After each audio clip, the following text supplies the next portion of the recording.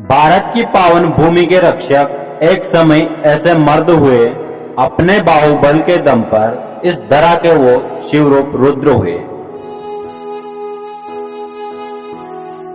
पूर्व पश्चिम उत्तर दक्षिण सब ओर से शत्रु थे ताक रहे, लेकिन गुर्जर प्रतिहारों की मार के कारण उनके कालजे थे कांप रहे।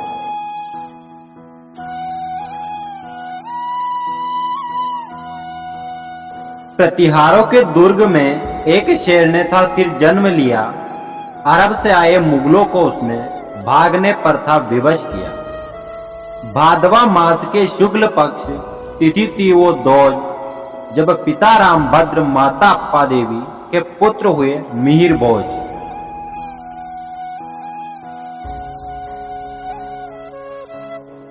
बाल्यावस्था में राजा बना, लेकिन चंचलता दिखी हर एक काम में।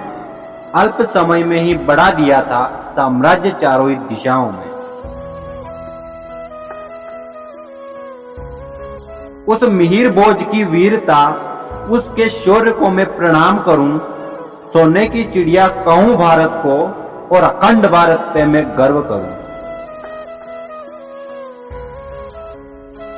सम्राट मिहिर भोज के राज्य का विस्तार वर्तमान मुल्तान से लेकर बंगाल तक फैला था। कश्मीर से लेकर कर्नाटक तक भी उसका ही वैभव का रेला था। अरब के म्लेच्छों ने मुल्तान के सूर्य मंदिर को बचाकर रखा था। गुर्जरों के आक्रमण से बचने का बस यही उपाय उनके पास बचा था। जब प्रतिहार उनको मारने मुल्तान में जाते थे, सूर्यदेव की मूर्ति नष्ट करेंगे, मुगल यही रटते जाते थे।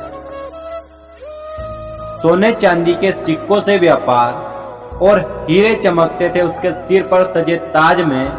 महाकाल व श्री विष्णु के परम भक्त उस सम्राट मिहिर भोज के राज में। सम्राट मिहिर भोज जो कभी किसी से पराजित नहीं हुआ, जो कभी त्रिपक्षीय संघर्ष में पराजित नहीं हुआ, वो एक पक्षीय युद्ध में क्या ही पराजित होगा।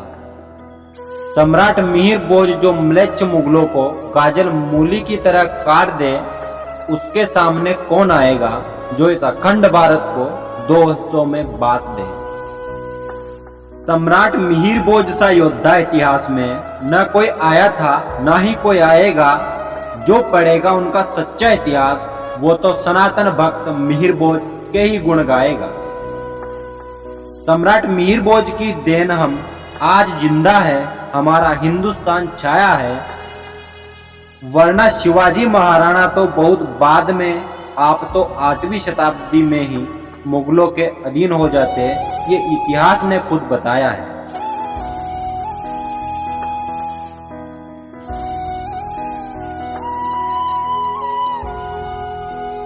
सम्राट मिहिर भोज जो शिवाजी महाराणा और पृथ्वीराज की प्रेरणा बने।